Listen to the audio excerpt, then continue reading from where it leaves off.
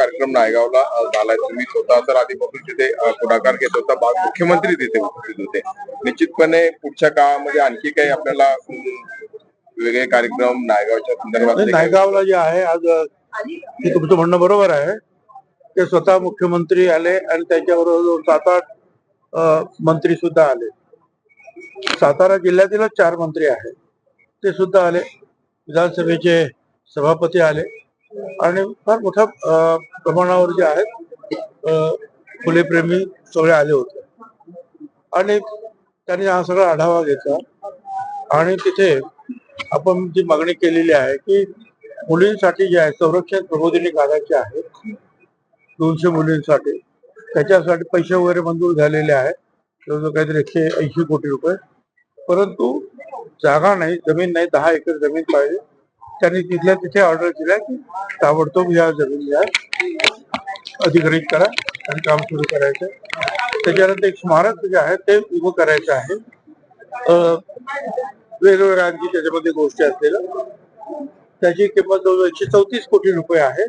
ते 134 कोटी रुपयाचं जे आहे ते प्रपोजल सगळीकडून पास होऊन शेवटी सेक्रेटरीची हाय पॉवर कमिटी असते तिच्यामध्ये सुद्धा मंजूर झालेला आहे. आता एका मुख्यमंत्र्यांचा विचार होतो क्षेत्रापासून बाकी आहे. तर ते काम झालं की मग मला असं वाटतं की त्यांनी सांगितलं की आणखी 6 वर्षामध्ये 200 वर्ष त्यांच्या जन्मतिथी 200 वर्षाची त्यांची वाढदिवस त्यांचा होणार आहे. तर तोपर्यंत हे सगळी कामं तुम्ही आटपून टाकायला पाहिजे असे त्यांनी सगळ्यांच्या समोर आवडलं. तर सरकार स्थापन झाल्यापासून आतापर्यंत किंवा मुख्यमंत्री हे स्वतः एकटेच ऍक्शन मोड वरती आहेत अशा पद्धतीची एक काय म्हणता येईल अप्रिसिएशन म्हणा किंवा टीका म्हणा अशी होऊ घातली.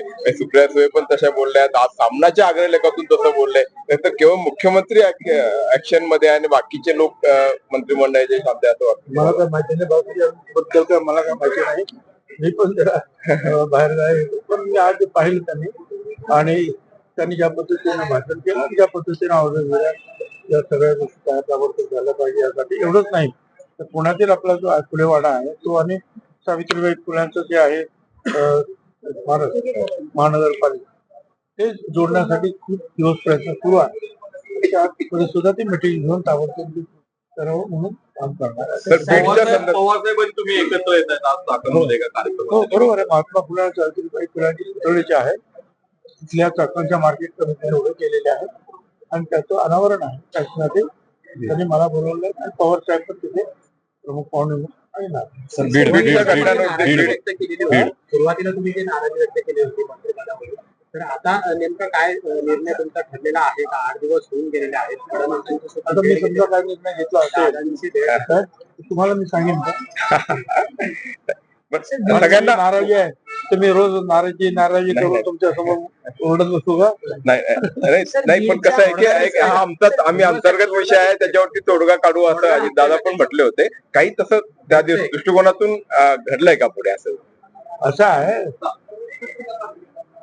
परवा रात्री मी आलो कालपासून सावित्रीबाई फुले महात्मा फुले यांच्या कार्यक्रमामध्ये बिझी आहे. तसं मुख्यमंत्री सुद्धा मला काही घाई नाहीये. माझ्या मनाशी मला काय निर्णय घ्यायचे तुम्ही घेतलेले आहेत.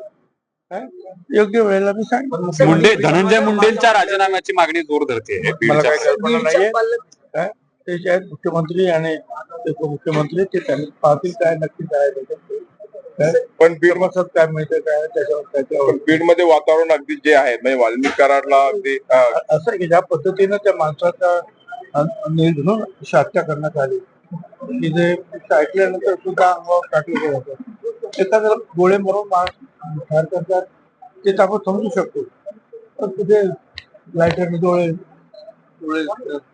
जाळणे कुठे एक फटके मारून 201 फटके मारणार या अशा अनेक गोष्टीच्या अनेक आणखी न सांगण्याच्या गोष्टी